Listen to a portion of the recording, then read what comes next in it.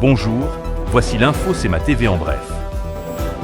Alors que la semaine dernière, nous annoncions l'ouverture en janvier prochain d'une succursale de la SQDC pour permettre à la population de se procurer du cannabis tout à fait légalement dans la région de Montmagny, une nouvelle étude révèle des adultes canadiens utilisent le cannabis ou ses dérivés pour traiter l'insomnie.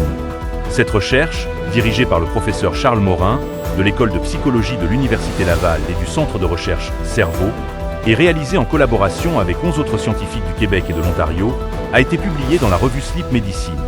L'étude réalisée auprès de 4037 adultes canadiens a permis de recueillir des données sur leurs habitudes de sommeil.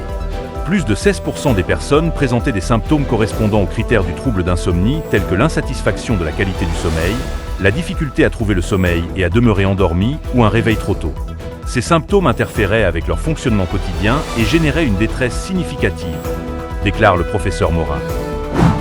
Le chef du Parti conservateur du Canada, Pierre Poilievre, annonçait lundi matin en point de presse qu'en tant que futur Premier ministre du pays, il s'engageait à abolir la TPS sur les nouveaux logements vendus à moins d'1 million de dollars. À la suite de cette annonce, le député de Montmagny-Lillet-Kamouraska-Rivière-du-Loup, Bernard Généreux, s'est empressé de commenter en ces termes.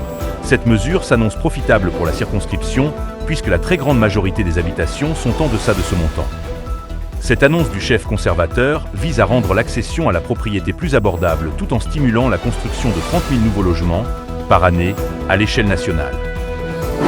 Dans le cadre du lancement de la seconde phase de son projet pilote, la Société de l'assurance automobile du Québec de la région de Montmagny cherche à maintenir les emplois dans la région par le redéploiement des services à la clientèle en période de bas achalandage. La première phase du projet pilote, qui s'est déroulée à l'hiver 2024 dans 5 de ses centres de services, a été qualifiée de très positive. À cet effet, la SAAC souhaite renouveler l'expérience en y incluant d'autres centres. Ce projet pilote permet au personnel d'accomplir des tâches comme répondre à des appels téléphoniques, diminuant l'attente et les délais de traitement dans d'autres secteurs où la demande est plus forte.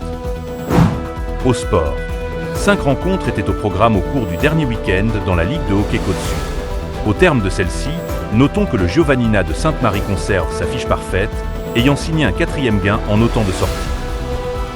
Pour plus d'informations, visitez le cematv.ca ou suivez le fil Twitter X de CEMA TV.